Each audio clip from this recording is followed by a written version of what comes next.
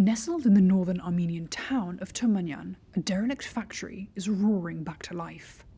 The once forgotten and decaying Soviet textile factory has been repurposed as a shelter and art space. It's now a sanctuary for artists and other emigres from Russia, Iran and Ukraine, whose lives have been turned upside down by war and political turmoil.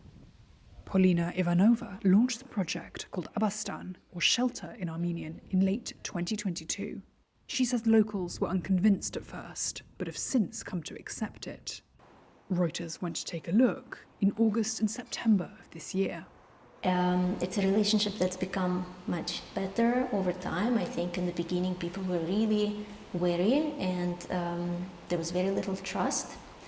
And now every day there's more friendship, more trust. Sometimes it comes with tensions. We're aware of that and we expect this to happen.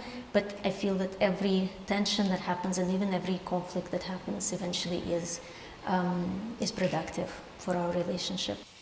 The space now hosts creatives from around the world, from painters to puppet makers and photographers, like Armenian Majd, a painter from Iran. I find this place more free. When she was interviewed a few weeks ago by Reuters, she said the atmosphere in Armenia was still conservative in nature. She felt freer and more able to make personal connections. Since Majd left Iran, the country has been convulsed by protests over the death of Mahsa Amini in police custody. She has no intention of returning home. Tofe Aklasi, a puppet maker also from Iran, has used the town as a means of escape.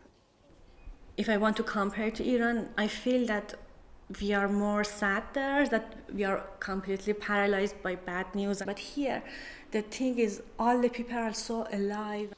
Also escaping is Daniil, a software engineer from the Russian city of Perm. He left after President Vladimir Putin called up 300,000 men last year to fight in the war in Ukraine.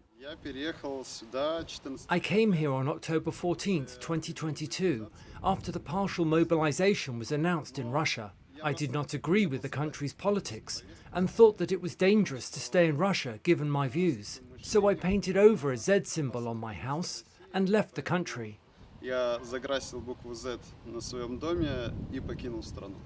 How do the locals now feel about having become a haven for young emigres?